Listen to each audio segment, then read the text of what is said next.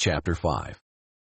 On that day Deborah and Barak son of Abinoam sang, when the leaders lead in Israel, when the people volunteer, blessed be the Lord.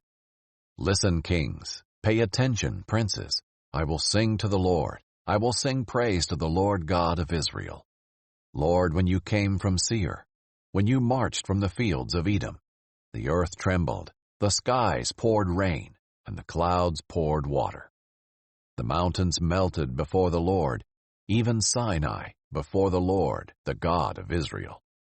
In the days of Shamgar, son of Anath, in the days of Jael, the main roads were deserted, because travelers kept to the side roads.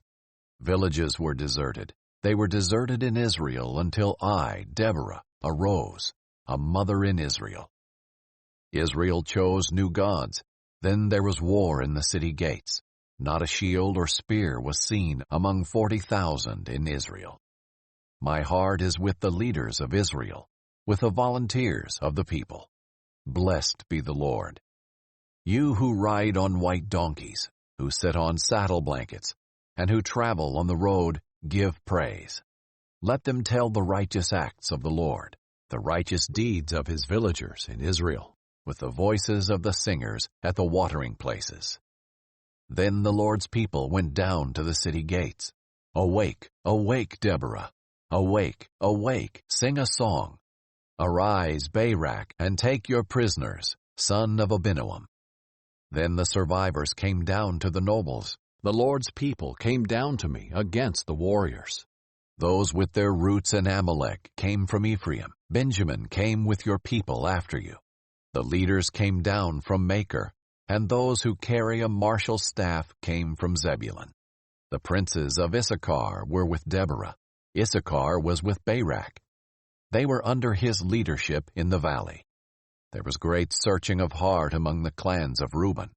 Why did you sit among the sheep pens, listening to the playing of pipes for the flocks? There was great searching of heart among the clans of Reuben. Gilead remained beyond the Jordan. Dan, why did you linger at the ships? Asher remained at the seashore and stayed in his harbors. The people of Zebulun defied death. Naphtali also on the heights of the battlefield. Kings came and fought. Then the kings of Canaan fought at Taanach by the waters of Megiddo, but they did not plunder the silver. The stars fought from the heavens. The stars fought with Sisera from their paths. The river Kishon swept them away. The ancient river, the river Kishon. March on, my soul, in strength. The horses' hooves then hammered. The galloping of his stallions. Curse Meroz, says the angel of the Lord. Bitterly curse her inhabitants, for they did not come to help the Lord with the warriors. Most blessed of women is Jael, the wife of Heber the Kenite.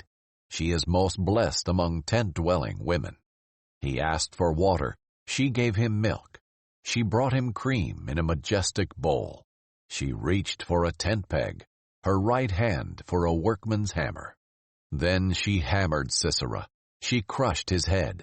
She shattered and pierced his temple. Then she hammered Sisera. She crushed his head.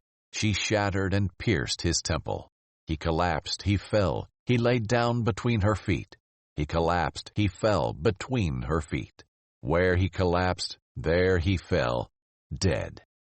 Sisera's mother looked through the window.